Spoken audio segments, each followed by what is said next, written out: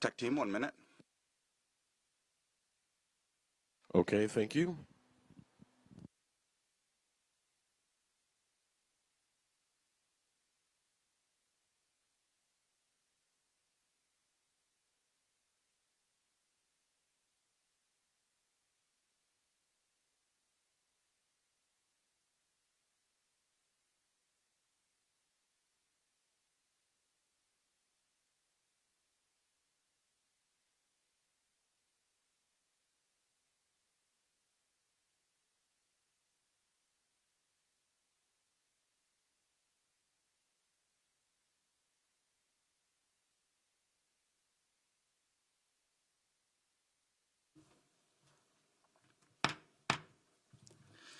Good morning, everyone. My name is Elliot Payne. I'm the president of Minneapolis City Council, and I'm going to call this regular meeting of the City Council for February 13th to order. The clerk will call the roll. Councilmember Cashman. Present. Councilmember Osman. Present. Councilmember Rainville. Present. Councilmember Chavez. Present. Councilmember Vitaw. Present. Councilmember Ellison is absent. Councilmember Koski. Present. Councilmember Wansley. Present. Councilmember Jenkins. Present. Councilmember Palmisano. Present. Councilmember Chowdhury. Present. Vice President Shugtai. Present. President Payne. Present. There are 12 members present. Let the record reflect that we have a quorum. Before we begin the meeting, I want to offer a friendly reminder to all members and staff that this meeting is broadcast live to enable greater public participation. The broadcast includes real-time captioning as a further method to increase the accessibility of our proceedings to the community. Therefore, all speakers need to be mindful of the rate of their speech so that our captioners can fully capture and transcribe all comments for the broadcast. We ask all speakers to moderate the speed and clarity of their comments. Additionally, I will note as a general advisory that the rules of the City Council do not provide for public comment to be made at meetings of the full council. The purpose of council meetings is to conduct the business of the city. It is not a public forum for public comments. Meetings are open to the public for observance only, as required under the Minnesota Open Meetings Law. Consistent with council rules, those who disturb these proceedings and interfere with the ability of the City Council to conduct the city's business will be asked to leave. Those who refuse to follow these instructions will be removed from the chamber. I especially want to stress that we have zero tolerance for any comments directed at any specific religion, race, gender, or sexual identity. With that, the agenda for today's meeting is before us. Are there any amendments to the agenda? Mr. Clerk? Mr. President, hopefully members will find at their desk. On your behalf, the clerk's office has put forward a motion to amend the agenda to include under the order of new business, or I'm sorry, notice of ordinances, an introduction of a subject matter related to the Community Commission on Police Oversight, specifically to the membership of the review panels. Apologies, this was an error on my part not to get this on the agenda, so it's not on the printed agenda, but it is a notice to introduce the subject matter of an ordinance to address the review panels that are staffed by or are used by the Community Commission on Police Oversight for conduct review for police misconduct cases, and I can speak more to that when we get to that item, Mr. President. Thank you, Mr. Clerk. Council Vice President. Thank you, Mr. President. On your behalf, I wanted to move to amend the agenda to include in the order of notice of introductions and notice of intent relating to the Community Commission on Police Oversight Review Panel temporary assignments as outlined by the clerk. Is there a second? Second. The clerk will call the roll. Councilmember Cashman. Aye. Councilmember Osman. Aye. Councilmember Rainville. Aye. Councilmember Chavez. Aye. Councilmember Vitaw. Aye. Councilmember Ellison is absent. Councilmember Koski. Aye. Councilmember Wansley. Aye. Councilmember Jenkins. Aye. Councilmember Palmisano. Aye. Councilmember Chowdhury. Aye. Vice President Shugtai. Aye. President Payne. Aye. There are 12 ayes. That carries, and that motion is added to the agenda. Next, I will recognize Councilmember Cashman. I've just been told by Clerk Ken that I can add this on to item 9 on the C&I agenda, and I don't need to amend the agenda. Sounds good. Nothing left on that. I will then ask for a motion to adopt the agenda as amended. So moved. Second. The clerk will call the roll. Councilmember Cashman. Aye. Councilmember Osman. Aye. Councilmember Rainville. Aye. Councilmember Chavez. Aye. Councilmember Vita. Aye. Councilmember Ellison is absent. Councilmember Koski. Aye. Councilmember Wansley. Aye. Councilmember Jenkins. Aye. Councilmember Palmisano. Aye. Councilmember Chowdhury. Aye. Vice President Chugtai. Aye. President Payne. Aye. There are 12 ayes. That carries and the agenda is adopted. The next item is acceptance of minutes from our regular meeting of January 30th. I would entertain a motion to accept those minutes. So moved. Second. The clerk will call the roll. Councilmember Cashman. Aye. Councilmember Osman. Aye. Councilmember Rainville. Aye. Councilmember Chavez. Aye. Councilmember Vita. Aye. Councilmember Koski. Aye. Councilmember Wansley. Aye. Councilmember Jenkins. Aye. Councilmember Palmisano. Aye. Councilmember Chowdhury. Aye. Vice President Chugtai. Aye. President Payne. Aye. There are 12 ayes. That carries and the minutes have been accepted. Finally, we have the referral of petitions, communications, and reports to proper committees. May I have that motion, please? So moved. Second. The clerk will call the roll. Councilmember Cashman. Aye. Councilmember Osman. Aye. Councilmember Rainville. Aye. Councilmember Chavez. Aye. Councilmember Vita. Aye. Councilmember Koski. Aye. Councilmember Wansley. Aye. Councilmember Jenkins. Aye. Councilmember Palmisano. Aye. Councilmember Chowdhury. Aye. Vice President Chugtai. Aye. President Payne. Aye. There are 12 ayes. That carries and those matters have been referred. The next order of business is presentations of our reports from standing committees. Those are taken in alphabetical order, beginning with the report of our Administration and Enterprise Oversight Committee, which will be presented by its chair, Councilmember Wansley.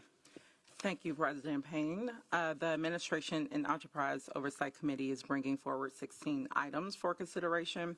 The first is a gift acceptance from the Metropolitan Police Department. The second is a gift acceptance from the New Jersey Environmental Health Association. Third is a gift acceptance from Hello Heart of Travel and Lodging. Number 4 is a bid for Bridge 9 improvements. Number 5 is contract amendments with senior services providers. 6 is contract amendments with Cornerstone Advocacy Service for sexual assault case advocacy services. 7 is a contract amendment with House Brokerage, Inc. for hauling and disposal agricultural liming materials. 8 is a contract amendment with Family Tree Clinic for sexual health services for youth. 9 is a contract with Advocates for Better Health as fiscal agent for Minneapolis Health Department's Public Health Community Institute. 10 is a legal settlement with Mohammed Shahidullah v. City of Minneapolis. 11 is a joint powers agreement for embedded social worker in Minneapolis Emergency Communications Center. 12 is a legal settlement workers' compensation claim of Ricardo Muro. 13 is a legal settlement workers' compensation claim of Jonathan Petron. And then 14 is a legal settlement workers' compensation claim of Michael Griffin. 15 is a legal settlement workers' compensation claim of Luis Perez. And 16 is a legislative directive related to fire department recruitment. With that, I will move all items for approval and stand for any questions. Councilmember Wansley has moved approval of the committee's report. Is there any discussion? Councilmember Chavez. Thank you, President Payne. I'd just like to move items 12 through 15 for a separate vote. Councilmember Chavez has moved items 12 through 15 for a separate vote. Is there any discussion on the remainder of the items? Councilmember Koski. Thank you, Council President Payne. And I just wanted to speak to item number 16 regarding the fire department recruitment. So colleagues, before you is a staff direction that will guide our policy and research division in conducting a landscape review of municipal fire department recruitment and retention practices. This review will focus specifically on the hiring and recruitment of female candidates, examining the challenges, identifying opportunities, and comparing our practices to national best practices. Women remain significantly underrepresented in emergency services, both locally and nationally. As the demands on the field continue to grow and change, it is imperative that we remain proactive, ensuring our workforce is not just capable and well-equipped, but also diverse and reflective of the community that we serve. In 2022, we marked the 30th anniversary of the first all-women crew in the Minneapolis Fire Department. Since then, I've had ongoing conversations with the Minneapolis Women's Firefighter Association about the decline in female representation. It's an issue we see as early as the application process through to hiring. We must change these outcomes. To do that, we need to critically examine the barriers that exist, identifying the opportunities for improvement, and take decisive action to support recruitment and retention. Representation is not just a numbers game. It's about ensuring that every person in our community, regardless of gender, has an equal opportunity to pursue a career in fire services and can see themselves in that role. Across the country, fire departments have successfully implemented innovative strategies to strengthen recruitment, reduce turnover, and build more inclusive workforces. By studying these approaches and assessing how they might apply to our own department, we can ensure that Minneapolis leads the way in building a fire department that truly mirrors the diversity of the people it serves. This is our opportunity to ensure that the work we do today sets a stronger and more inclusive foundation for the future. Thank you. Thank you. I added myself to queue. I wanted to speak on item number 11, the Joint Powers Agreement for the embedded social worker in 911. This is something, before I ran for City Council, I was working on the team that ultimately launched the Behavioral Crisis Response, which has been one of the largest new programs in public safety that has emerged from that body of work. But at the same time that we brought forward recommendations around BCR, we had also brought forward recommendations about embedding a social worker in 911, and it's just really great to start seeing some of those ideas come to fruition and get implemented. We'll be seeing this again under our Budget Committee report for the transfer of funds for that, but it's just really exciting to see how something that started back in 2019 is becoming a reality here today. And with that, seeing no one else in queue, I will ask the clerk to call the roll on the committee report, except for items 12 through 15. Councilmember Cashman. Aye. Councilmember Osman. Aye. Councilmember Rainville. Aye. Councilmember Chavez. Aye. Councilmember Vita. Aye. Councilmember Ellison. Aye. Councilmember Koski. Aye. Councilmember Wansley. Aye. Councilmember Jenkins. Aye. Councilmember Palmisano. Aye. Councilmember Chowdhury. Aye. Vice President Chugtai. Aye. President Payne. Aye. There are 13 ayes. That carries, and those items are adopted. Next, we will take up items number 12 through 15. And seeing no one in queue, I will ask the clerk to call the roll. Councilmember Cashman. Aye. Councilmember Osman. Aye. Councilmember Rainville. Aye. Councilmember Chavez. No. Councilmember Vita. Aye. Councilmember Ellison. Aye. Councilmember Koski. Aye. Councilmember Wansley. Aye. Sorry, nay. Councilmember Jenkins. Aye. Councilmember Palmisano. Aye. Councilmember Chowdhury. Aye. Vice President Chugtai. Aye. Oh, nay. President Payne. Aye. There are 10 ayes and 3 nays. That carries, and those items are adopted. I'll also note for the record that we've been joined by Councilmember Ellison. The next report is from our Budget Committee, and that report will be presented by that committee's chair, Vice President Chugtai. Thank you, Mr. President. The Budget Committee will be bringing 4 items to today's council meeting. Item number 1 is approving an appointment to the Capital Long Range Improvement Committee for Seat 6. Item number 2 is passage of a resolution for the City Hall project for audiovisual broadcast and captioning equipment for the council chamber. Item number 3 is passage of a resolution moving funds to the Minneapolis Emergency Communications Center, or 911, to support the Joint Powers Agreement for an embedded social worker. And finally, item number 4 is considering a resolution approving violence prevention funding for Hennepin County. This item was forwarded without recommendation, so I will move items 1 through 3 for approval and set aside item number 4 for a separate discussion and vote, and I'm happy to make a motion so we can begin discussion on item number 4 when that is appropriate. Vice President Chugtai has moved items 1 through 3, and we will take up item 4 separately. Is there any discussion on items 1 through 3? Seeing none, I'll ask the clerk to call the roll. Councilmember Cashman. Aye. Councilmember Osman. Aye. Councilmember Rainville. Aye. Councilmember Chavez. Aye. Councilmember Vita. Aye. Councilmember Ellison. Aye. Councilmember Koski. Aye. Councilmember Wansley. Aye. Councilmember Jenkins. Councilmember Palmisano. Aye. Councilmember Chowdhury. Aye. Vice President Chugtai. Aye. President Payne. Aye. There are 13 ayes. That carries, and those items are adopted. Next, I will recognize Vice President Chugtai to speak on item number 4. Thank you, Mr. President. I will move item number 4 for approval. Council Vice President Chugtai has moved item number 4 for approval. Is there any discussion? Is there a second? Any discussion? Councilmember Vita. Thank you, Chair. A few things. First, I just want to talk about the item itself.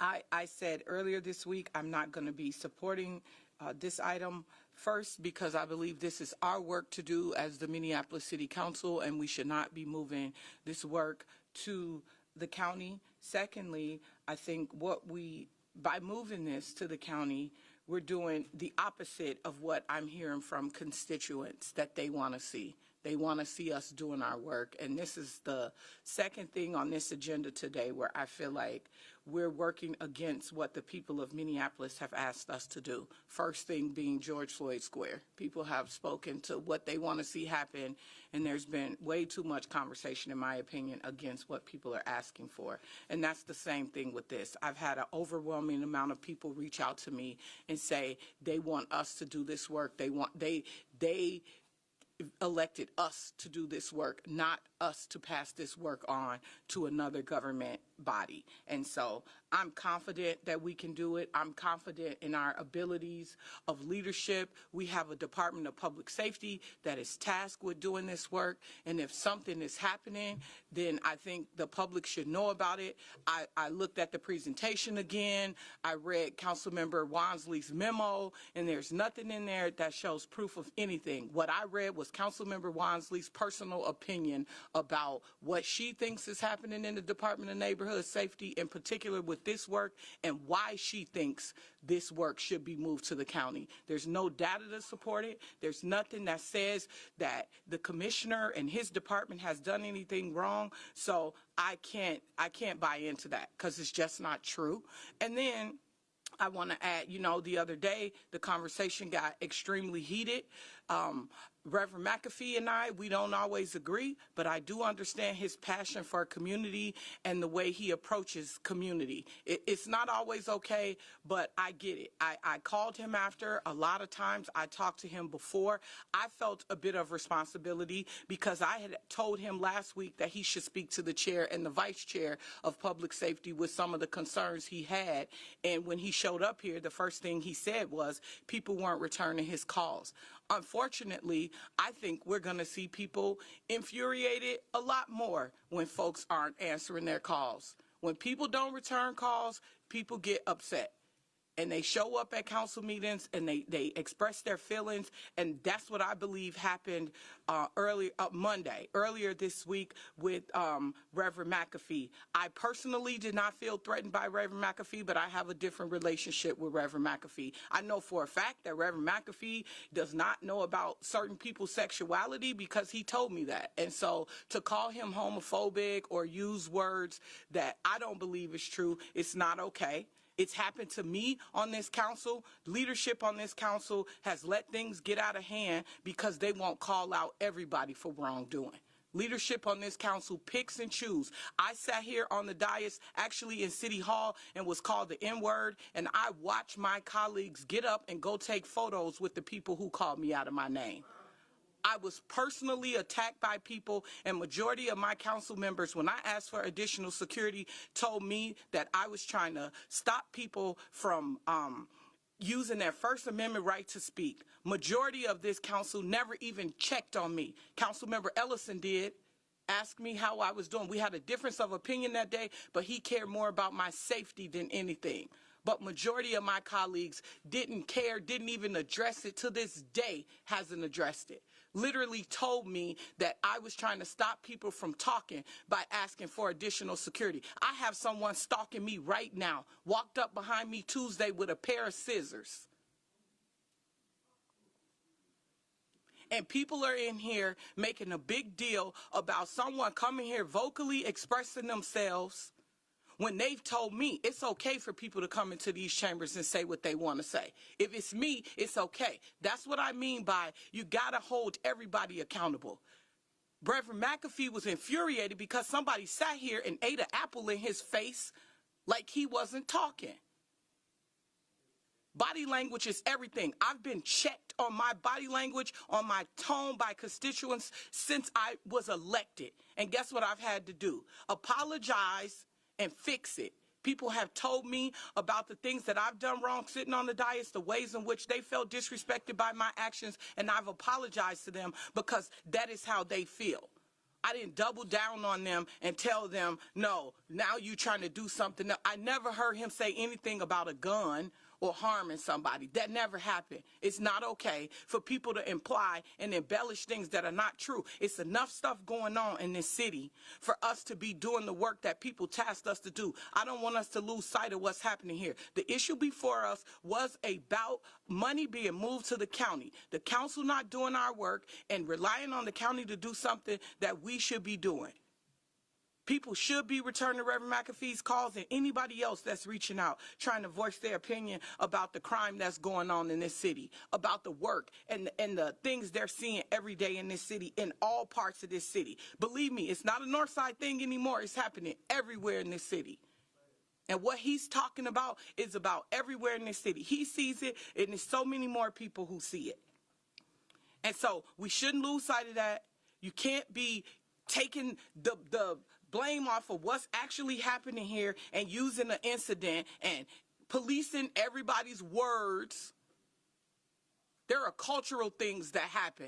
There are things we say culturally that other people don't say. I woke up this morning and I was thinking about how if somebody black called you a bad mamma jamma, you're not bad, you fine. You look good. But to some people, bad means bad. That's not how it works. There are some things, there are language that we use. There's a whole TikTok thing about how white slang is the opposite of black slang. We use words differently. And we got to give people room to make mistakes. That's the biggest thing. If somebody makes a mistake, give them room to fix it. But I want to make sure that today that the conversation is not lost in what's before us, and that is, it is our job to do the work of the city of Minneapolis, not to pass it on to another agency.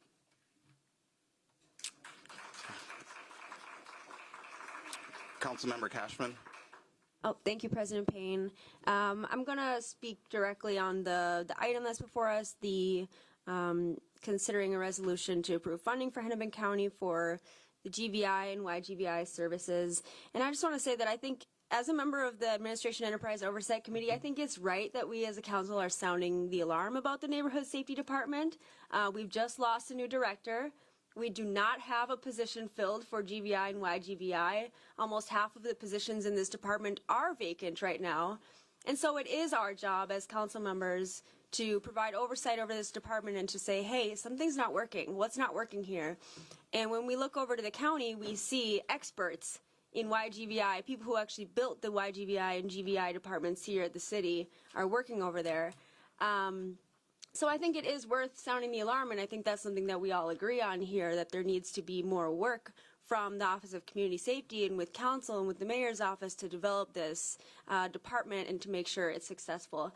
But all that being said, I had a chance to talk again with the deputy director of NSD this week and a procurement leader from the department. And I really see that all of the violence prevention programming that we have at the city, it fits together. It works together.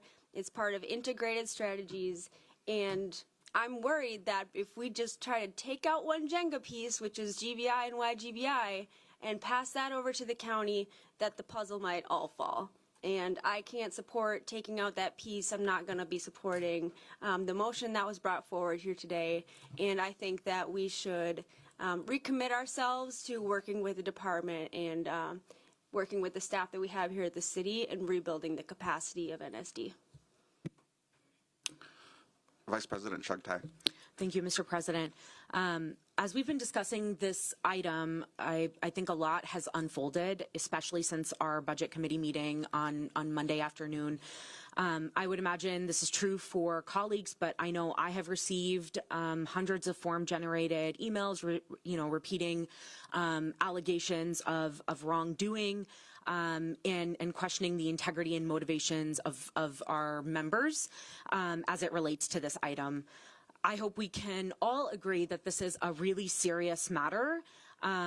So to make sure I have all the information I need to take a vote on this item today, I just had a few questions for Commissioner Barnett, if that's amenable. Commissioner Barnett?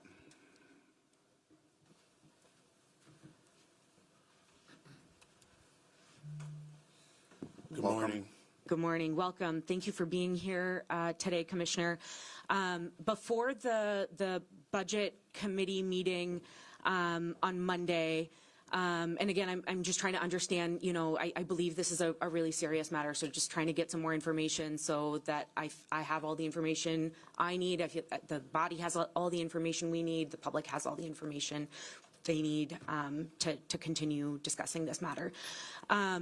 So before the Budget Committee meeting on Monday, I understand you held a press conference here at the Public Service Center regarding this item, and during that press conference, you stated that, and I'm quoting here, unfortunately, several council members chose only to support the efforts that would benefit them or their favorite nonprofit. The selective and self-serving approach not only hampers the integrity of the work, but also undermines the important progress being made by our neighborhood safety department. And then when asked by a reporter if you were implying that council members, or particularly Councilmember Wansley, were trying to move this money to benefit their favorite nonprofits, you responded with, I say, look at all the facts. So I'm trying to understand the facts and trying to understand which council members this might be about. I'm wondering if you can just briefly name which council members you might have been referring to. Commissioner. Good morning, Chair Chuck Ty. Here's what I will start with. I got here in October of 2023. At that time, I started working with Director Nelson Brown. About November or December of 2023, doing the budget amendments, I was before council, and at that time, money was being moved to neighborhood safety. And I said at that time, let neighborhood safety build capacity. We got to build the infrastructure. And as we moved along, we improved the invoicing process. As we moved along, we improved the RFP process, took out bias. As we moved along, we improved the procurement process. Commissioner, Yes. I really apologize. I'm sorry to interrupt you. My question was, can you tell me which council members you were referring to in the comments? Chair Chuck Ty, I'm getting to that. And I'm explaining all the facts. No, I just want to know which council members you were referring to. It's okay if you don't want to answer the question. I can move on to the next one. I am trying to lay out the facts of where we are. But my question was... I hear your question, but I'm laying out the facts.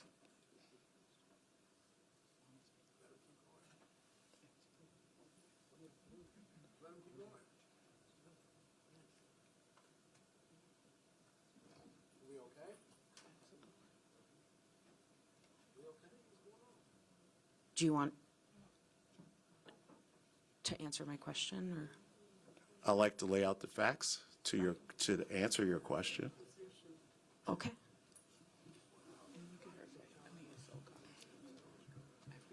As we moved along, several of us, meaning council members, the mayor, myself, were getting contacted by community organizations, community members, and they were frustrated. And they were frustrated because they were saying they weren't getting paid. And every time someone asked me about it in an individual group, you look at it, we went back to here are the criteria that we use for invoicing. If there's something wrong with the documentation, we're not going to pay you. That was where we were. We were setting expectations. While we were doing that, council members continue to say what's going on with neighborhood safety as we're building it. When we got to getting the infrastructure in place, reclassifying positions. Commissioner, I'm nearly out of time, so I just want to move on. I suppose to the next question. I don't. I'm going to lay out all the facts. I said there, follow the facts. I'm laying out the facts. But that wasn't the question I asked you. I asked you for specific council members. I understand that that's not an answer that I'm going to receive here today or this body will receive here today. So in an interview with KSTP that was published on Monday evening of this week, Yep. And I'm quoting the article explicitly here, you said, unfortunately, several council members chose only to support the efforts that would benefit them or their favorite nonprofit. Further, in a Star Tribune op-ed you authored also later on Monday, you stated, and again I'm quoting directly, it is an understatement to say that offloading an entire line of business to the county simply because some council members don't like who was selected undermines all oversight and accountability at the city. So I'm wondering, can you provide any evidence or share with us what information you have that I don't have or this body doesn't have, clearly, that led you to make this very serious allegation of unnamed members? You're at time. Thank you. We'll have to move on to Councilmember Palmisano. You can get back. Looks like you're back in queue. Mr. Chair, I didn't want to interrupt in the middle there, but point of order, Mr. Chair, is the cross-examination of the commissioner here to make a political point? Is the point to attempt to demean or harass professional staff here today?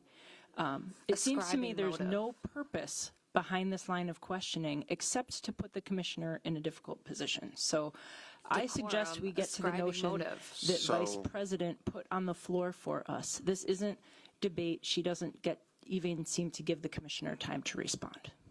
So you're ascribing motive. It seemed to me that there was a direct question around that was not relevant to the debate on the floor here and the decision that we are making today. We're talking about the move of funds from the city to the county to oversee certain programming. And she's making a personal accusation at the commissioner. No, we're trying to understand the accusations around the motivation of those moves. So let me continue. I'll first need to look at what I said at committee in a summarized way. We have a department and a previous department leader, Luana Nelson Brown, who stood her ground and refused to pay invoices without documentation. That should be commended, not villainized. Upon settlement of the Coppola lawsuit, they worked hard to meet or exceed all requirements of rigor, removal of bias, and creation of a system to help support vendors and the creation of a new request for proposal with blind review of the proposals and further management of the contracts. To me, that's commendable. To me, we're ready to move forward. But even if you believe that we need more time for reform, even if you believe that we have overwhelmed leadership, even if you believe there would be no additional cost to recreate this effort across the street at the county, even if you disagree with me and the minority of others on this dais, you must know this would negatively impact all violence interruption, all GVI and YGVI work. There would be a large gap in service at least.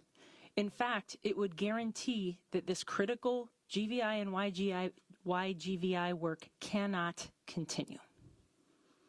Thank you, Mr. Chair. Councilmember Chowdhury.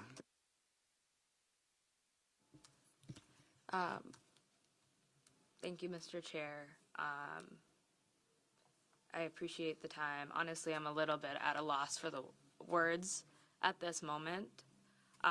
First off, I guess want to start off by apologizing to the public because the amount of misinformation and disinformation that is just swirling around in our chambers and through the media has been untenable. I just do not believe the public is getting the accurate information about what's going on here.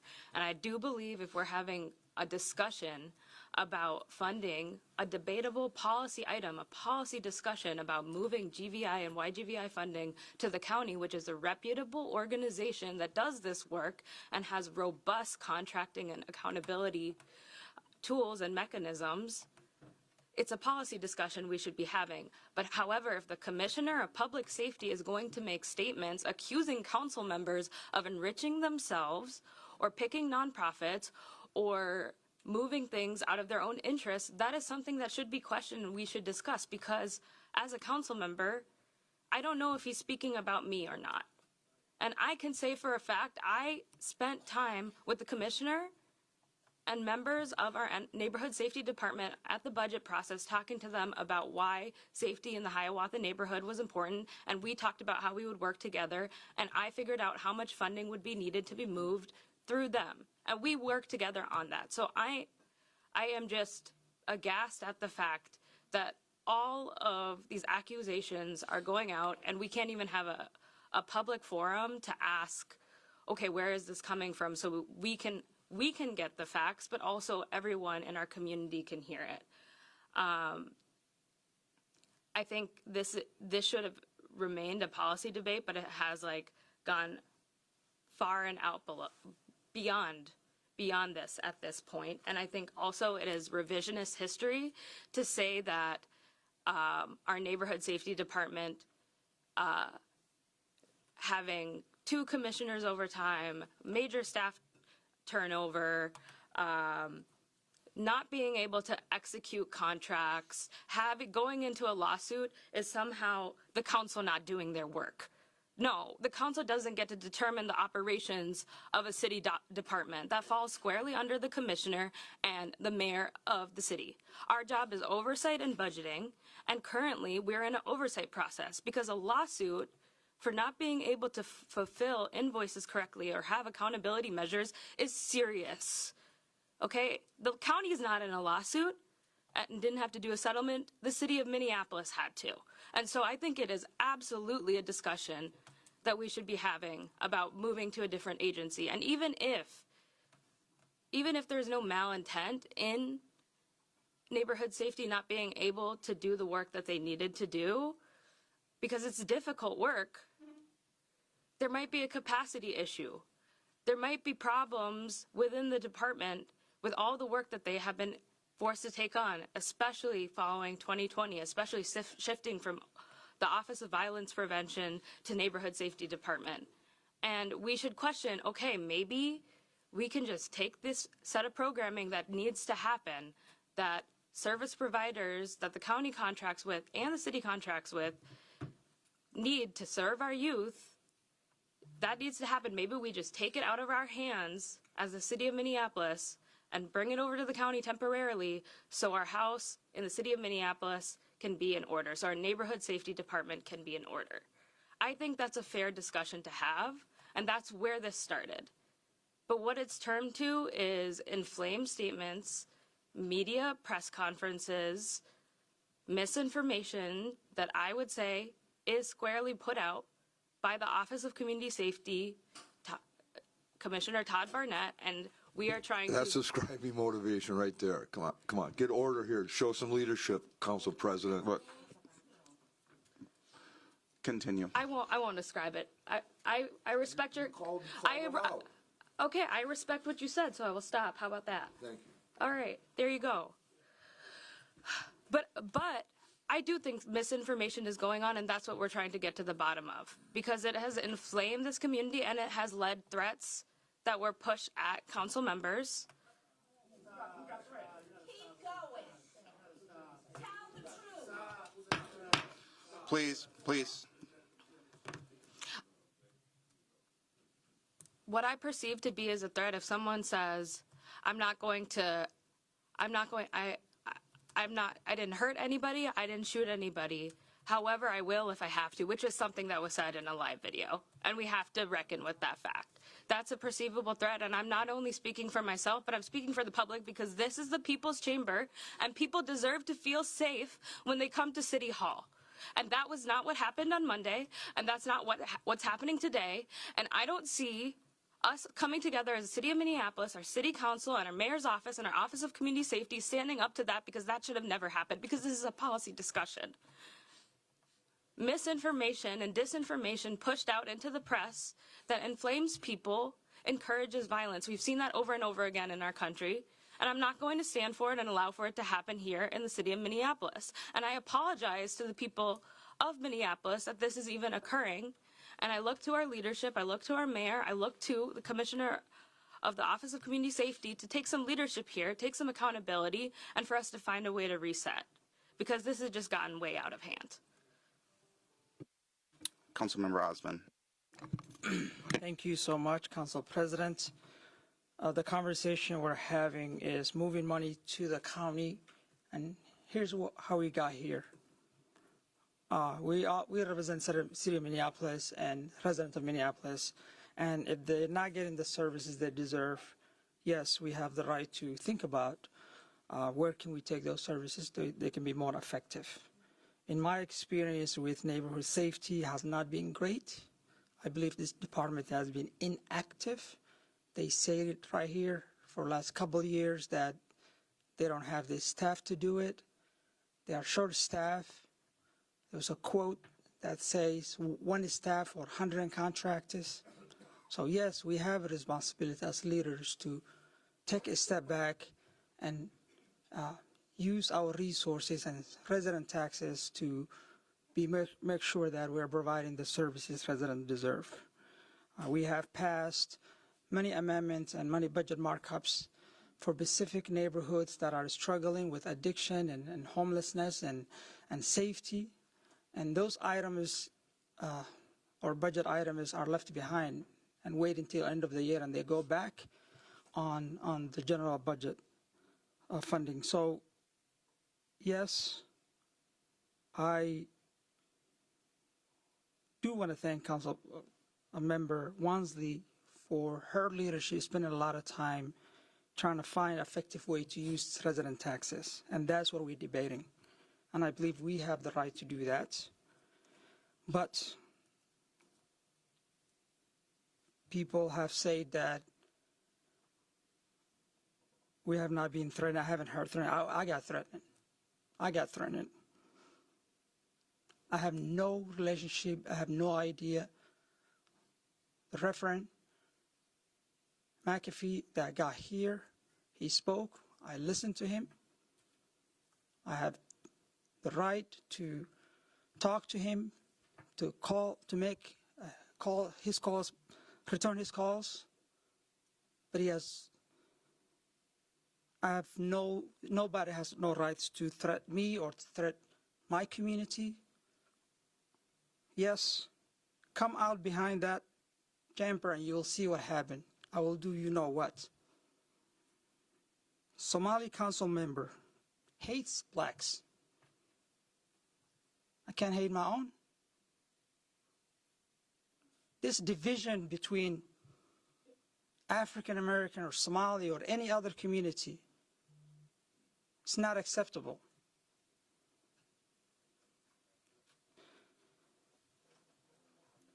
I wanted to say that we're here to do the community work, and we should be protected, and we should not be threatened. But right now, the item in front of us, I want to get back to that item in front of us, is to move that money. I had a side conversation with Commissioner, and I appreciate him getting back to me. I was looking for the answer to say, if we move this $1.2 million to the county, how will that affect other programs that City of Minneapolis is providing to the residents? That question has not been answered. And so if this money will affect other programs like Minneapolis-St program that are existing right now, it will be hard for me to vote on this item. But if we can get the number to how much money we can move, that it will not affect the services we're doing right now, then I will be willing to vote on that. But I have not received that answer. And we did ask publicly last meeting if that question could be answered, but we were told that it's not a public information and there's no way to estimate that. So, yes, thank you, Council President. That's all for me today. Councilmember Rainville.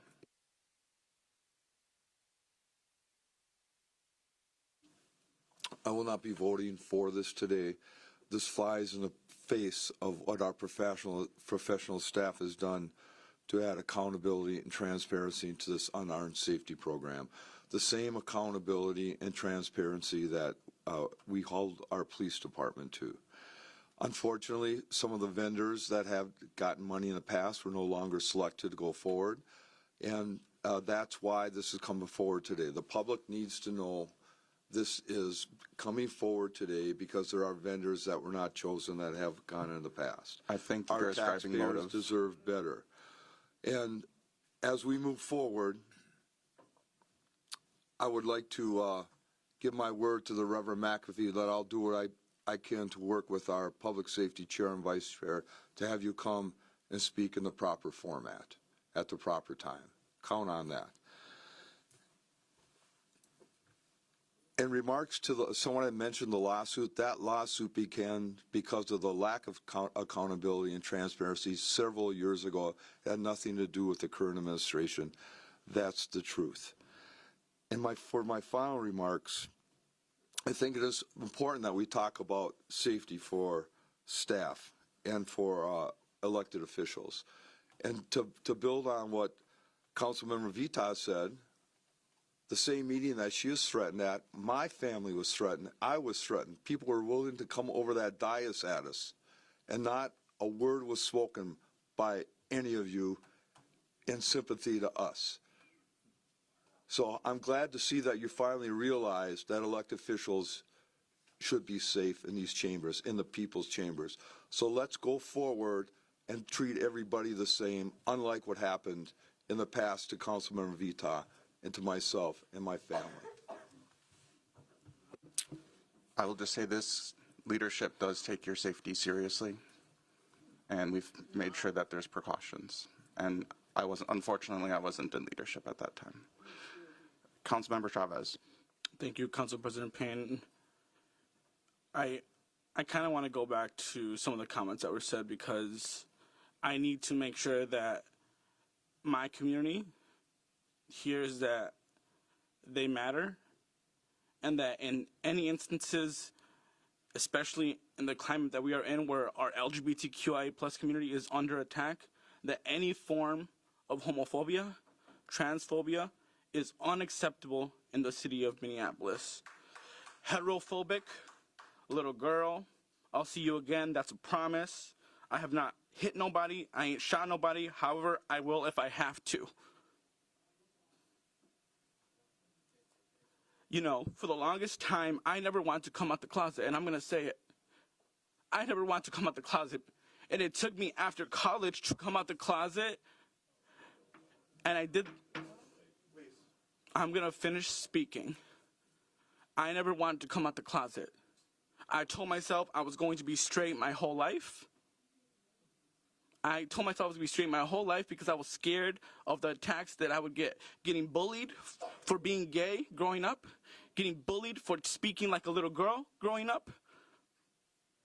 So yeah, when someone calls you a little girl and you're gay, that is homophobic, period.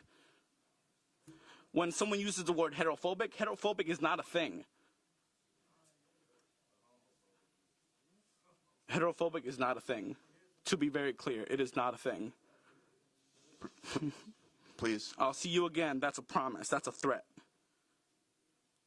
I ain't shot nobody, however, I will shoot. I will if I have to. That is a threat. And, you know, and I'm going to say it because I feel like for the past 2 meetings, this is not being acknowledged. It has not been talked about. It is wrong. It is unacceptable. and I am proud to be gay. I am very proud to be gay. And I will keep on saying that because I am proud to be gay.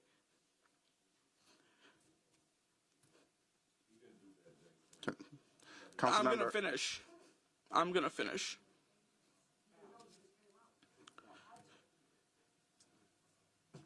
That needs to be acknowledged. The move today should have never gotten to this point. The move today was addressing mismanagement in a department. It is about addressing the department that has utterly failed our residents to keep them safe.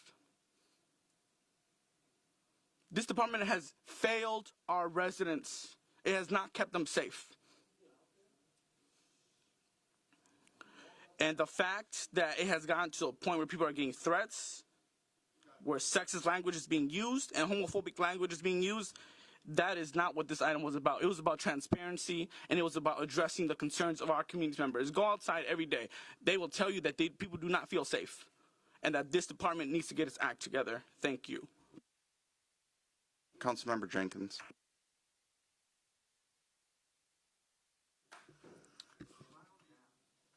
Thank you, Mr. President. I just wanted to state I can't support this item today. You know, when we first stood this program up in 2018, I, along with many of my colleagues, said, before we start pouring all this money into this department, let's build the department so they have the capacity to do this work. And we are seeing the challenges of trying to fly an airplane while building it is creating all of these problems. And so, from what I am understanding from the commissioner who is serving as the interim director at this point for the neighborhood safety, there have been several measures put in place to ensure accountability for this program, and I'm willing to trust our professional staff to do that work. So I can't support this item today. Before I call on Councilmember or Council Vice President Chuck, I just want to remind folks, this is not a public comment period. Please keep the peace in the crowd. Let us have this debate about an important policy issue before us. Al, please.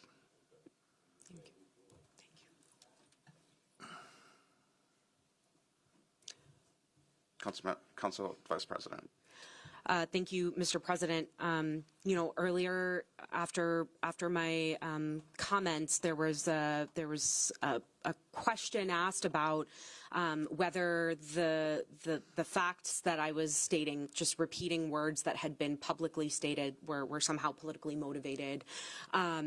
So I want to start by saying that I know it is, a violation of the ethics code for a local official to engage in the conduct that has been alleged in the public and up here on the dais, bias, favoritism of those who receive city contracts. And that, too, it is a violation of the ethics code to not promptly report that conduct. And I believe it is incredibly important for members of the public and this body to have a complete understanding of whether there is any evidence that supports the very serious allegations that have been made. I have yet to see any evidence being provided to corroborate that this action before the body is somehow motivated by council members having an issue with specific vendors that were chosen or not chosen. No evidence to corroborate such a thing. But if that were true, it is, it needs to be, there needs to be evidence provided to us so that we can then take the appropriate action here, so that a member that has engaged in that type of conduct, like, recuses themselves from this vote here today. And I continue to just hear silence or no answers in the face of these questions. I will say that when I'm receiving emails from constituents asking me to investigate a member of this body, which, to be clear, I don't have the authority to do, I do feel, though, as an obligation, that I have an obligation as a member and as an employee of the city to be as well informed in making decisions and to get to the bottom of such a serious allegation. So if I continue to see the commissioner not present any evidence that have been repeatedly made, then that, I think, should be stated publicly. I am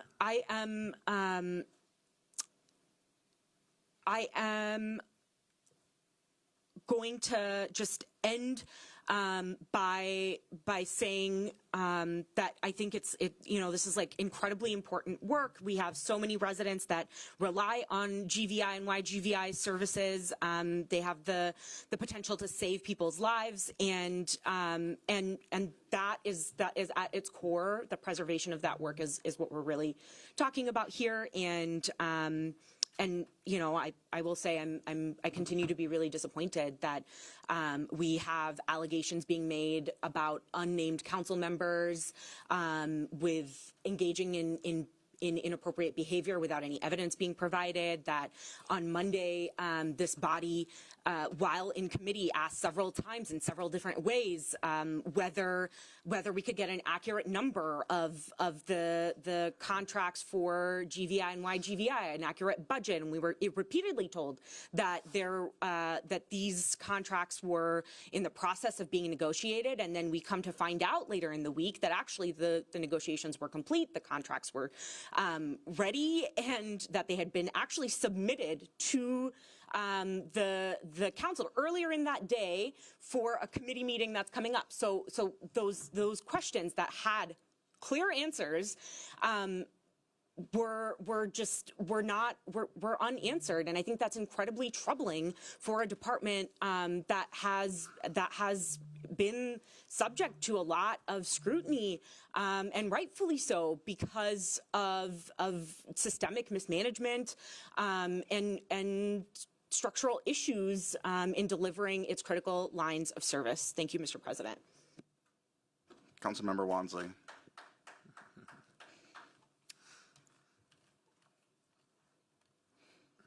First, I would like to reset the conversation around my violence prevention funding resolution that's before this body, because since the budget meeting this past Monday, the conversation has devolved into everything except the root of the problem that this proposal is attempting to address. The Neighborhood Safety Department is not functional, and that dysfunction has simply put residents' safety at risk. In 2024, homicides decreased across the country while they increased here in Minneapolis. And I wish that weren't the case, but that is the reality. And the Neighborhood Safety Department has not produced any data on their outcomes for 2 years. And that should alarm every single person in this room, every single resident in our city, and anyone listening. And violence prevention programs like GVI have been able to reduce homicides by double-digit margins in cities across the country, and it actually used to do that here too. Under Mayor Betsy Hodges, Minneapolis violence prevention programs received national awards. But for the last 2 years, through 2 directors and 2 commissioners, we have received zero data on the efficacy of these programs at the city of Minneapolis. And national violence prevention programs and organizations, one specifically, have scored us 39 out of 100 for our work.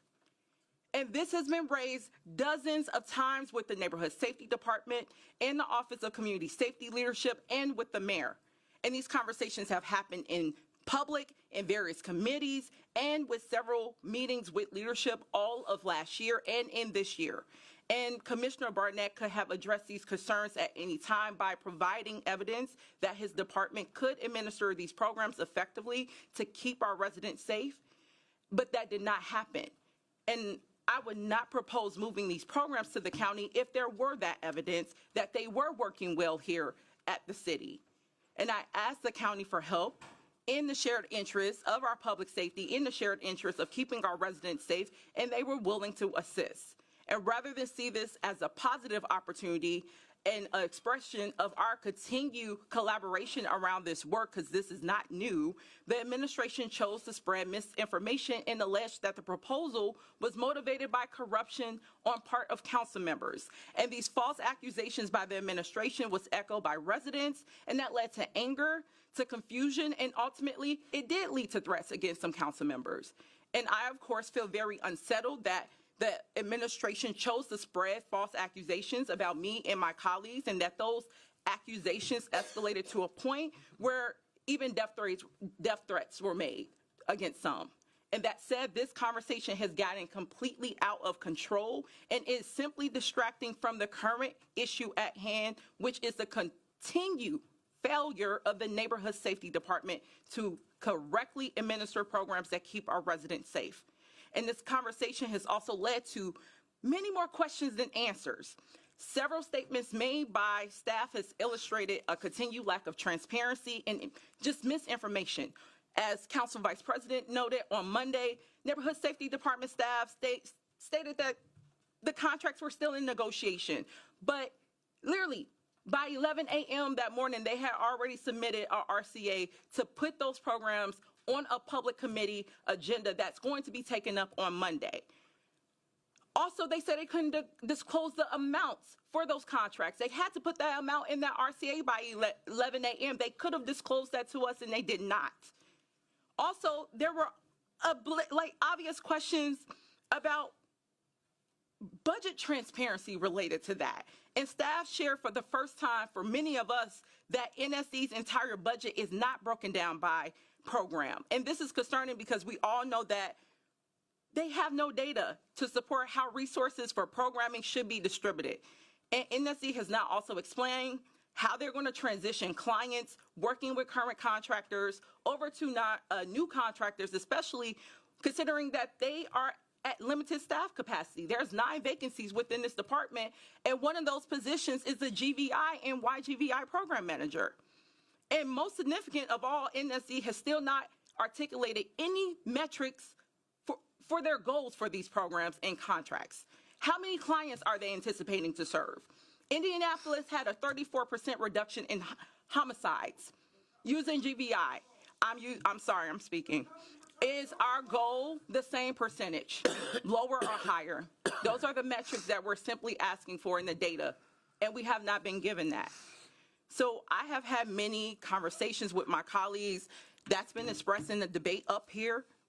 And while some of them have been made aware of these general problems with this department, some are catching up in real time. Also, it seems like the public, some members of our public are catching up in real time. And I do want to move at the speed of my colleagues. So with that, I am going to motion or ask my Council Vice President to withdraw her motion for approval. And then I'm going to make the motion, if you accept, to postpone indefinitely. Mr. President, I'm happy to withdraw the motion to approve this item today. Is there any objection to that? Council Vice President is withdrawing their motion. Council Member Wansley has moved to postpone indefinitely. Is there a second to that motion? Second. Is there any discussion on that motion? Councilmember Wansley, did you want to speak to it? Yes. Further. So just to give clarity about that motion, so what that means is this proposal in its current form is no longer on the table. But I want to ensure that the vendors who receive these contracts that we were not told about, even though the administration had that information as of 11 a.m. of this Monday and did not provide that to us, and I'm pretty sure that was very intentional. We want to ensure that those vendors who have received those contracts have as much stability as possible to do their work effectively without fear of anything changing with their contracts. That said, I do continue or will continue to use my full oversight authority to continue bringing much needed scrutiny to the Neighborhood Safety Department as it relates to the administration of GVI and YGVI programs and the wide range of management and operational challenges that we've been experiencing. And when the YGVI and GVI contracts come to AO this coming Tuesday, I am working with Council Member Chavez and Council leadership to have those be referred to the Committee of the Whole so that the entire body can get answers to the many questions that have surfaced during this entire conversation and have the information that they need to make an informed decision about, do you truly feel confident that this city, this department can actually effectively run these programs and keep our residents safe. Also in Cal, I will be expecting NSD leadership to make presentations on their plans to run these programs and to basically do your work, do your homework and show what metrics of success looks like for these programs, because it has not been shown this entire 2 years and there's been no data to affirm that. And I also want to be very clear that there is no robust, once again, specific data right now that we have that NSD has shown that these programs are keeping our residents safe. So by making this particular motion, it allows me and any other council member to explore our options for addressing any continued failure from this administration to keep our residents safe and to address any potential ongoing mismanagement of these programs. So with that, I will conclude. Councilmember Ellison. Thank you, Mr. President. I'll start by saying that I'll, obviously support the motion. I hope that we all will. But I did want to take a little bit of opportunity just to talk a little bit about why I think that this discussion is a valid discussion, not necessarily the way it's transpired up here on the dais, but why I think this discussion is a valid one. First of all, I want to say that contrary to some of my colleagues who I respect every single one of my colleagues, this is not about vendors who didn't get paid. This is not about specific vendors. It has to be said. Folks might not want to hear that, but it's not about that. This doesn't fly in the face of anything, right? There's no explicit accusations of former Director Nelson Brown of corruption, but I think that there is a recognition that things were not going well. There were questions. There were questions about the service delivery. There were questions about payments to vendors that were never fully addressed. And if there were valid reasons for them, they were certainly elusive to council. There were questions about the fidelity to a model, any model, when it comes to delivering these services. And those questions were never fully addressed. I think it's really important for us to state that. And so if there were answers, if there were valid answers to those questions, then communication needed to be much more thorough than it was. And because it wasn't, you've got council members trying to solve problems that are really apparent and with seemingly no answer. I think it's also really important to address just a few other things. This move, and the reason that I supported it, would be a temporary move. I don't know if that was ever mentioned in this discussion, but it would be a temporary move. And so I think that that's just really important for us to set context as we engage in, with all due respect, a lot of hyperbole up here. It's important that we keep in view what this motion was and what it wasn't. And this was not a permanent discarding of this service to the county. It never was. I think that we have a vacancy in the leadership of this department, right? All those outstanding questions that maybe had good answers that we never had access to. But regardless of whether they did or didn't, we then had the leadership of the department seek another opportunity, right? It's not an issue for folks to go seek other opportunities, but it is when you've got a department that is in such a uncertain state of things. And so we have emerging leadership within the department, right, that are new. I've been very impressed with the new and emerging leadership in NSD. I've been very impressed with Deputy Director Lakes and others that we've seen give presentations in front of us. But we've just got so many moving pieces, and we've got so many questions, and we don't see a lot of communication. I think that it is not unreasonable for the council to say, let's take a little off your plate for a little while. That's my view. A few things that I want to address that I kind of didn't want to have to talk about, but I feel like is important to talk about, is that, Reverend McAfee is a Northside leader. Reverend McAfee is going to speak his mind. We all know that. I hope we understand that, and I hope we know that. I'm somebody who's always going to be comfortable being yelled at by Reverend McAfee, even though I did come late to that committee, and so I had to catch mine in the hall. But I'll say that, like, I trust Reverend McAfee's intentions, but none of us can deny the impact that some of your words had. I don't know if he's still in here. And so I think all that can be addressed, right? That I trust your heart, but my colleagues don't know you. And so the impact of our words, regardless of our intention, always have to be addressed and have to be taken up. And if folks do not want to level set, I respect it, right? If folks don't want to make amends, I respect it. Some of the things that folks are saying they feel are very real. But I hope that we can get to a point where we can understand each other, because the solution can't be that community members, regardless of whether I agree with them or not, and we know that I don't always agree with our good Reverend here, but we can't get to a state where the solution is that community members just can't come and address us, right? We can't get to a place where it's only talk to us nice or don't talk to us at all. We're not always going to be talked to nice. I'm not always going to, on the north side, we're not always going to be talked to nice.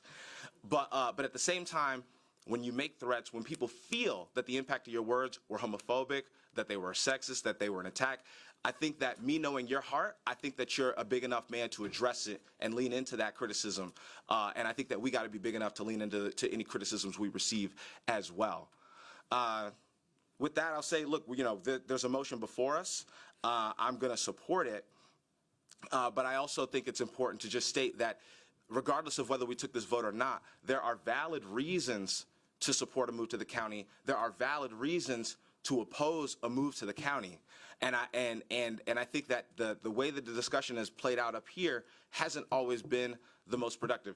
Folks might get mad at me for always trying to play peacemaker, especially since I haven't always played that role on this council. But I think that it's important that if anything's going to get done, that there needs to be much more communication. People can't dig their heels in and say, I'm sick of them. I'm sick of that person. I'm sick of council. I'm sick of staff. So we're not talking. Because who the hell does that serve?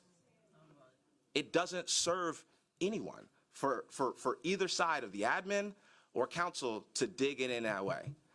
Councilmember Wansley rightfully recognized problems in this department and utilized her leadership to seek a resolution to that problem. I think that should be commended. It shouldn't be disparaged. If it's not the fix, fair enough, right? If it's not the fix, fair enough.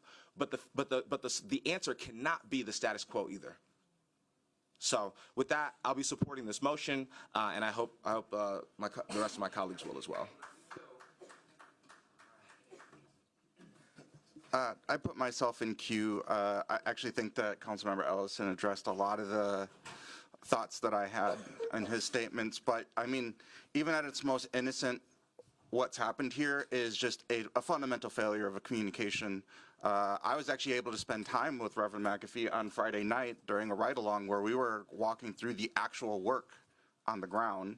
And even just in that brief interaction, it was very clear that what he's hearing from the city is different than what we're hearing from the city as leaders of the city. And there's just a fundamental breakdown in how communication is happening. And that just can't work in an area where What's happening on the ground is dynamic. What's happening on the ground, we have some proven models here, but it's not always going to be a template that works in community, right? This is about relationships. This is about trust. This is about communication. And this entire debate on this dais has demonstrated a lack of trust, a lack of communication, a lack of healthy relationships. And we're not going to transform safety in our city in the absence of trust, communication, and connection with community. That's just not going to happen. And I think this also elevates a broader conversation as well around how we need to be moving forward with a culture of accountability in the city of Minneapolis. And our police department has been at the forefront of this conversation, not always in the best light, but we have treated the police department like they're on some island that has some sort of unique failure. No.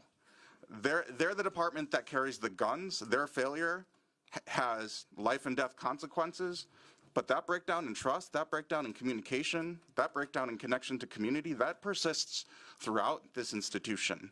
It is a demonstration of the failure of government broadly.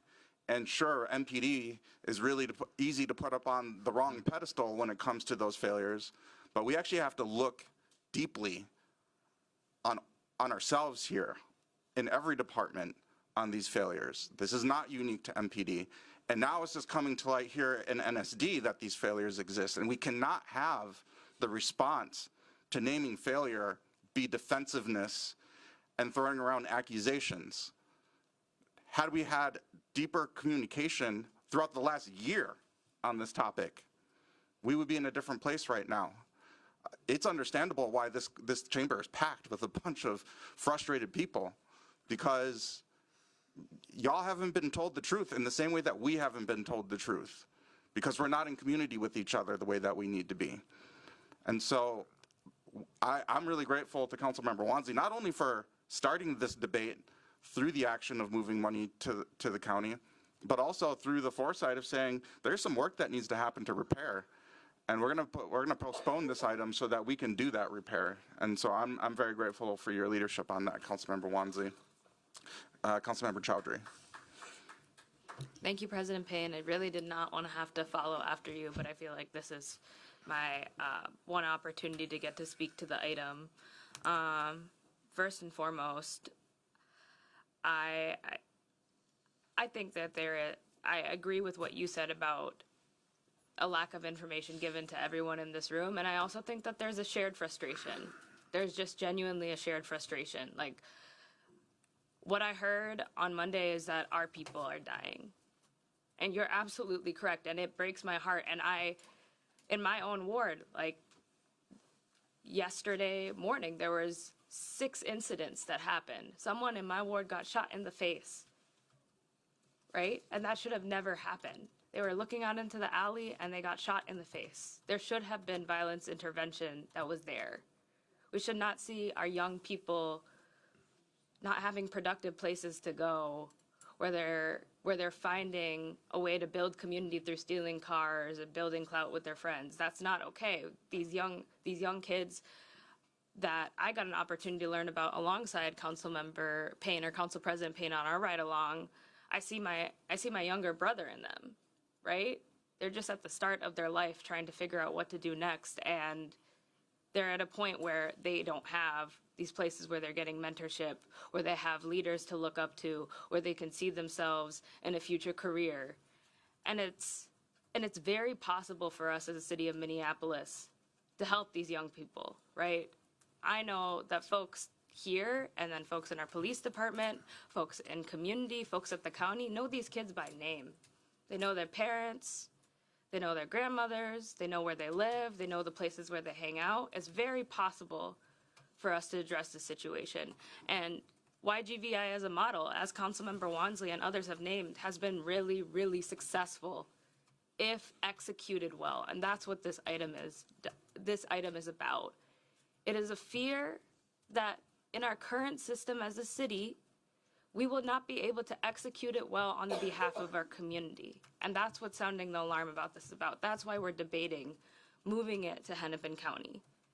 It was stated that Neighborhood Safety Department was not able to give us 2 years worth of data. you shouldn't accept that. None of us should accept that. They should be able to give us the data and information to prove that things are being successful. A Star Tribune headline in August 2021 of 2024 was, amid allegations of illegal practices, Minneapolis will start auditing violence interrupters. That was August of 2024. It shouldn't have taken that long. I think that's something we can all agree on. It shouldn't take us coming to this moment to call that out and for us to move in action to say we want to hand over nearly $1 million to another entity, but that's where we're at, right? Because we want GVI and YGVI to work, and that's why I was so supportive of this, because that ride-along showed to me when I'm looking at a case file of a kid with 40 incidents that didn't need to happen, we're not looking at this with the urgency that we need to, and the system that we have in place isn't working. And that's not a reflection of any of the hard work I know that the new members of the Neighborhood Safety Department are trying to do. I think they're constantly working hard to catch up and build the plane as they're flying it. But there needs to be accountability with the fact that things haven't worked. And that's why we have a commissioner of public safety. That's why we have a mayor, because their leadership as an executive is not only to direct the operations, but is to hold accountability for actions or inactions. And that's what I want to see here. My job, I don't get to control the operations. It's to legislate, to budget, and to do oversight, and to discuss and communicate with you as the public what we're thinking about, and to make sure that service delivery happens for our young people and for our community. And it is also relying on me making a commitment to keep on doing the work and keep on doing these ride-alongs and start showing up on the block and understanding better what's going on. Because I want kids in our city to have a future. I really, really do. And I really believe that we can change course and make a difference here.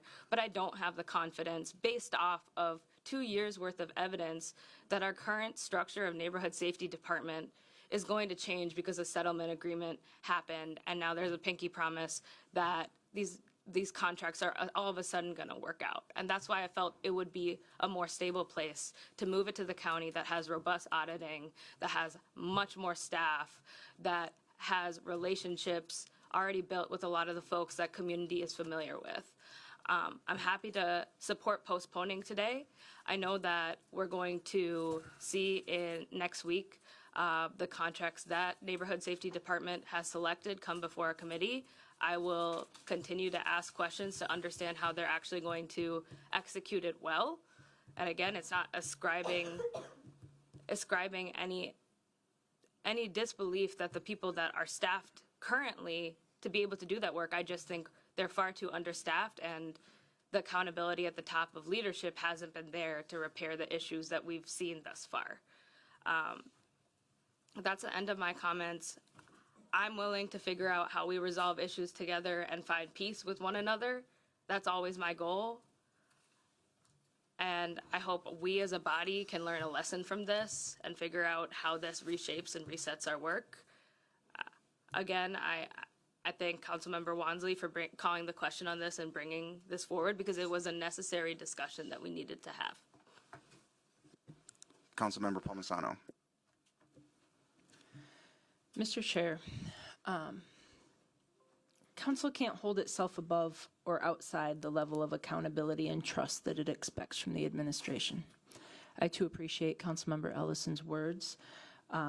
We should have an equal and level playing field, and we need to work together to serve the community and our constituents.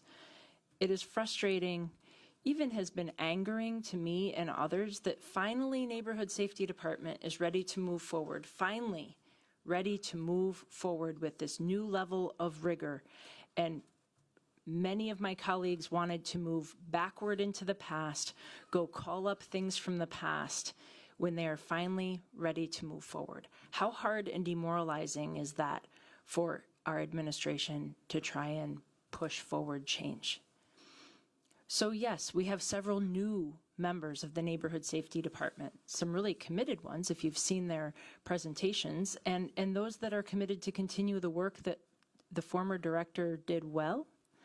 For those that didn't go and listen to the presentation at the last AEO meeting, listen to their presentation, or listen to their presentation from last fall, where they said, last fall that there would be new contracts in place starting April of 2025. It's on a slide from last fall. We talked about this. Postpone to when? Let's just delete this from the agenda. I'll agree to postpone indefinitely today, but I appreciate you're just removing this. It was presented again, even last council meeting, the AEO meeting. Next time we'll have the approval of contracts, as Chair Wansley of that committee said, she'll move it to committee of the whole.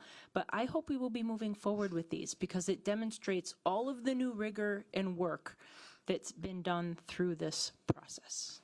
Thank you. Seeing no one left in queue, I will ask the clerk to call the roll on the postponement of item number 4.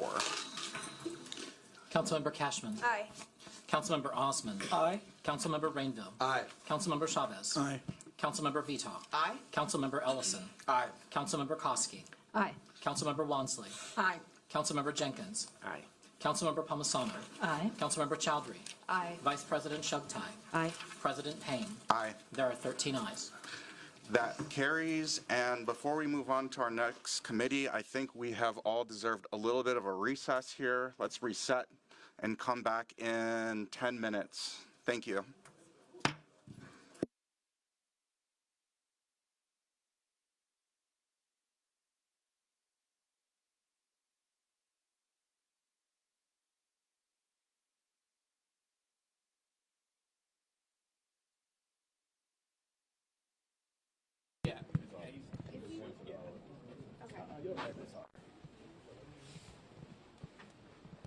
All right, Karen.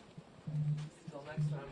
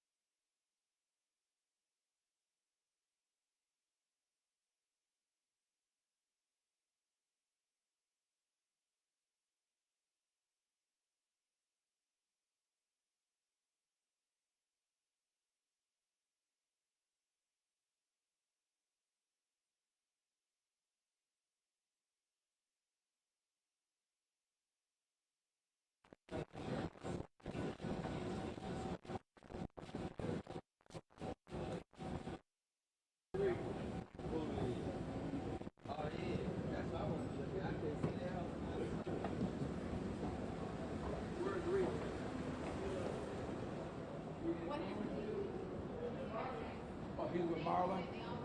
Okay. Oh,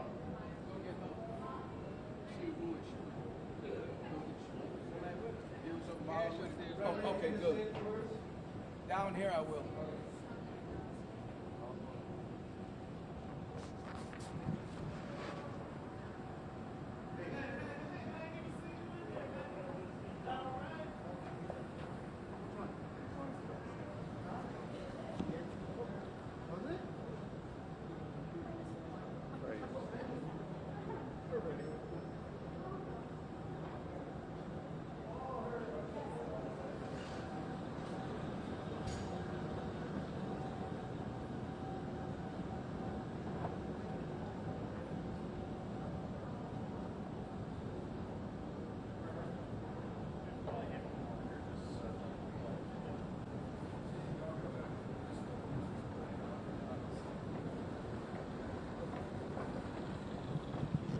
Test, test, test.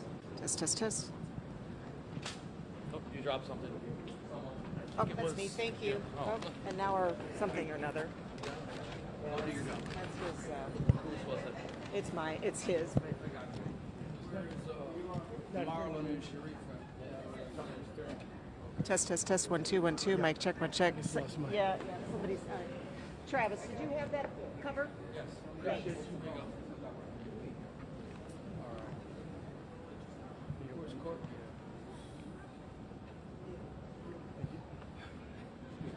Okay. Sorry. Good. They did the right thing. That's what I asked Elliot Payne for the other day. only correction I would give them is this. We know exactly what's going on. That's why I was trying to reach them before, so they would have the information that I have. When Joe Osmond was talking, I've called him before to share with them the different things that was transpiring that was out of order. Part of our function, to me, has always been, and you can check with any elected official, to gather the information from the block, give them the best information that they can get, then they can make the proper decision.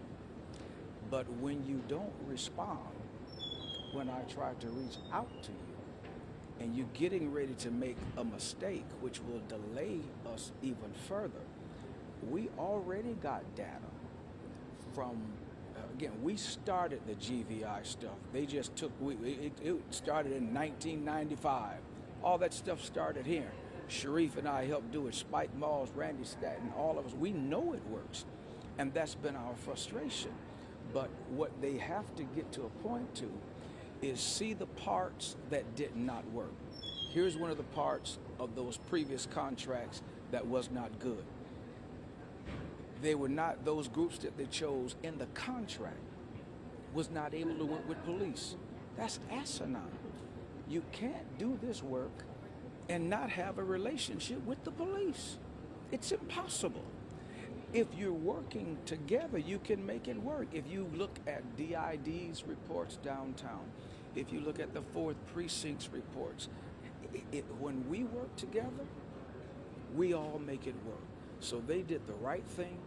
Our goal and our job and our task is to give them the best information as these men and these women behind me continue to move forward in our community. And so people know we get paid sometimes, but most of the time these men and women you see here is doing it without a dime, because it's the right thing to do, because they've been down that road. And so their commitment is, how do we bring our people peace without going through the penal system or otherwise? How do we get them the information so they don't make the mistakes we made? And all we've been saying is, we can help you. We can help you. It's documented. We can help you, but if you shut it off, it will not work. I'll say this in closing in reference to Jeremiah's. I am always willing to have a conversation. That's why we had the issue, because conversation was cut off. I tried to have the conversation, and they're right, it is so important. So if you just stop me that I cannot talk, then I must make my voice heard, because the severity of what we do, from 10, 12 people we was able to save last year already, 10 Narcan. Nene just saved one over at Chavez's office. That's all we're saying, y'all. If you don't come out on the block sometimes and hear us, you'll never understand us. So we're ready, willing, and able to meet with anybody at any particular time. And people should always listen to whole videos in reference to, I ain't shot nobody, but I will. People should go listen to the whole video, but I'll say this in my defense and I'm through. The last time misinformation went out and they was getting ready to destroy Minneapolis again, this team that you see here, we was all at the Monte Carlo, and we're sitting there. And while we're sitting there, people are pulling up in cars, getting ready to break into those stores right across the street from Monte Carlo. I met one of the brothers by the name of Dana. This group, who wasn't getting a dime, stood up and went out there and challenged them and ran them groups off. My son-in-law and I went, because now we said, hey, they getting ready to break into all these stores around here. So we then walked down to Ribnick. While we walked down to Ribnick, we peek around the corner, they start shooting at us. Okay? Well, we shot back. That's what I'm talking about. So if you're going to put things in context, put it in proper context. My history here is never one of starting a fight, but I will defend myself. And so if folk misconstrue different things, and I'll guarantee you, I'll give anybody 10,000 cash dollars if you find where Reverend Jerry McAfee threatened anybody talking about killing them. Ain't never happened. Thank you all. We're going to go to work. Here's the heroes and sheroes right here. Lisa had to leave, who do this thing, and we've been doing it for 30-some years. And I guarantee you, if they let us help them, we'll always win. Reverend, Let's do do you have it, y'all. confidence in Commissioner Barnett? Yes. Why? Yes. I've known him for a while, and some of the things he's done as a judge I didn't like, but I believe he got the integrity. My question with that particular office has always been this: will they let them people do what they do? Will they let them do what they do? I believe if you let them do the job, like Luana, Lisa and I was debating, she ain't gonna last long. It's kind of funny, but we knew she wasn't gonna last long, because the group and the person they ought to be talking about, that they scared to say, I'll say it, Sasha Cotton. Sasha Cotton is the one who put this foolishness in line. She put them crazy contracts in line. Other folk don't want to say it, I'll say it. Matter of fact, I should have been suing them, because every time we put in to try to get something done, they denied everything we did. While the police is saying, thank y'all for what y'all doing, the groups they was giving the money to was restricted from doing the work. Sasha Cotton did it. You all have made her a guru of violence. No, it's the biggest farce this side of the Pecos. And what she did hindered us, because if they would have took this, if Robin Wansley would have took what she wanted to do now and did it a year ago or 2 years ago, especially, I'd have been right in her corner, because they was handing money out, and we sitting here like, are they for real? That's why Todd and them shouldn't say it, but old McAfee will say it. I don't have no problems, because when those groups don't do their job, our people die. Do they still have problems with money going to the wrong groups? I mean, that's what the council's saying. No. Remember, Luana and them set up a new process that's much more fair. So we don't know who got it. But I tell you one thing, everything wasn't rubber stamped by Sasha, where she got the committee who make the decisions basically in her pocket and funneling money to the very same people. Again, it'd be interesting for y'all to do a little bit more research on it. Y'all find out it's real pretty. But I'll call the name, and I ain't gonna back up from it. That's why they haven't. So we should have been having this meeting a year and a half to 2 years ago. Reverend, it seems like with everything in politics, there's a lot of layers more than the actual issue. For you, what was the biggest frustration? Was it the action itself, the proposal? Was it the lack of communication? Was Communication. So it wasn't necessarily the idea. You just the community, because we could have shared with them, y'all, you got what you need now. You didn't have those things later. So when you cut us off from talking, you're not hearing us. You got what you need in place. You got accountability set. Every taxpayer ought to know where their dollars are being spent. Our position is, look, Latricia Vitar knows every week or every month who's on the block. She'll find us that every council person ought to have a report either daily or weekly from those of us who are on the ground. If you don't have that, how do they know what to do? And so what some of the things, like downtown, if you follow the DID model, DID, Downtown Improvement District with Shane them, it's document driven. And unless you are afraid of the numbers, I used to hate numbers and not understand them, but now I get it. And so the numbers are there. So were you taking it personally that they were not communicating with you? Is that also part of the... It ain't about personality. It's who and what I represent. Whether people love me, hate me, or otherwise. Or your community. I mean, was it an attack on the...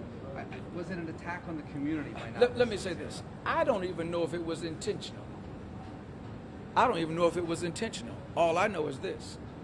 If I'm calling you, if I'm texting you, first you don't know what I'm going to say. But if you don't agree with my premise, text me no, say no. But give me levels of respect. And the straw that broke the camel's back for me was, I showed up on Monday. I think it was Monday, right over there when they did the press conference. I done called them, right? When they finished the press conference, they walked right by me like I wasn't there. If they was going to acknowledge me, they could have stopped and said, hey, Rev, got your message, let's have a brief conversation. I wouldn't have had any action. Will you be offered a contract next week? Your group? We didn't get chosen. That's the good. We probably should have been, because if you find any group that has been on this block longer than we have, doing the work, paid or not paid, and our record is clear. I say to you again, go to the 4th precinct, ask them, is our record clear? Go to downtown, ask them, is the record clear? Ask Kelly O'Rourke them the work that we do. Ask Shane them the work that we do. We are all over working, period, from the school system on down, and now working on a new thing to try to help. And if they give some, they give it. If not, hey, they don't. So Reverend Barnett mentioned that council members were, quote, giving money to their friends. Do you know anything about that? All you got to do is get the documents. It'll tell you who all they gave the money to and who kept getting it and kept getting it and kept getting it. It's right there in front of them. That's why they know that. I'm through. Me and my team getting ready to go chill. To be clear, you said that you think this is more about the groups that didn't want to work with police. Remember, right? in the contract that Sasha and them had them sign years ago, it was a clause they couldn't work with the police. So if Luana and them hadn't have came along and writing this foolishness, and that's, again, that's my issue. If they would have, done this a year and a half, 2 years ago, I'd have been great.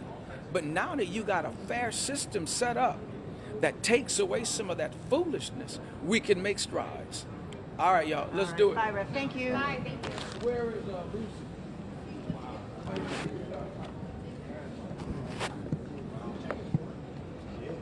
Thank y'all. Thank you. Great job. Great job. That was exciting.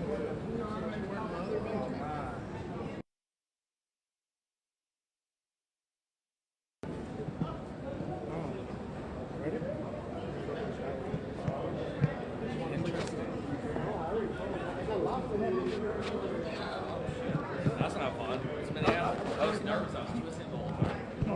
Yeah, this stresses me out. It shouldn't be this difficult. Like, you know what I mean? And they say all these things. They say, hey, we're done. You're not explained enough. You've done enough. I was trying to lay a foundation. Then they heard every single one the same thing. And emphasize that we know you feel sick. That's it.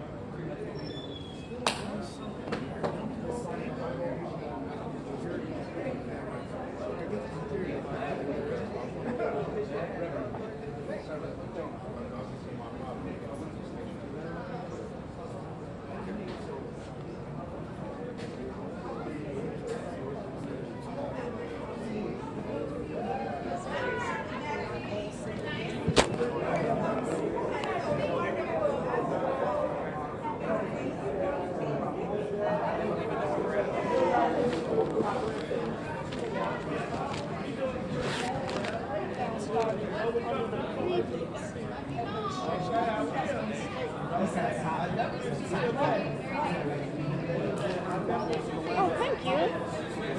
Thanks. And the last time they were looking for appointing people to the team, they were going to have an outside consultant come in on the team instead of letting her hire me.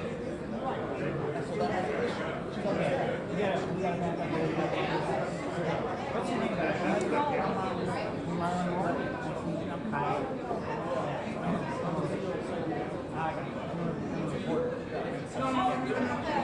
Hey, Lisa.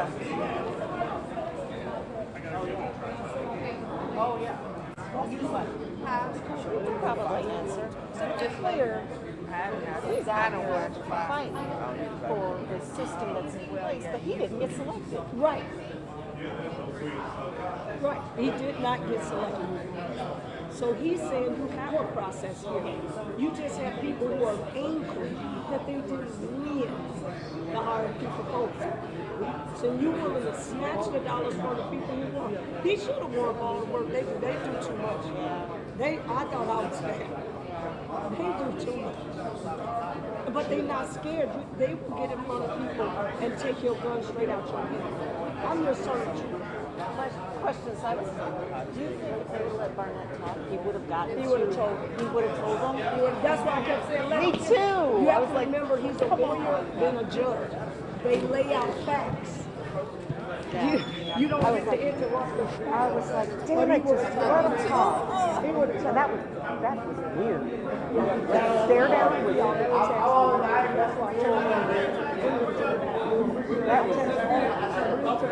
I want to know who they are. I want him to name them. I want him to name them.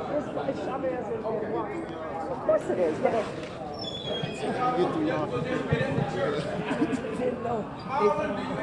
Yeah, the power of unity, right? That's right.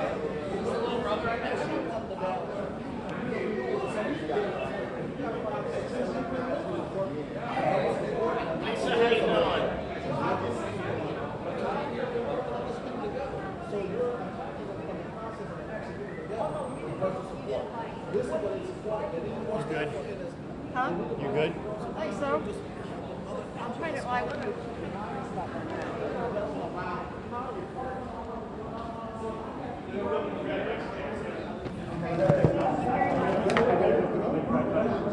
What? I just gotta go up and get my tripod. okay.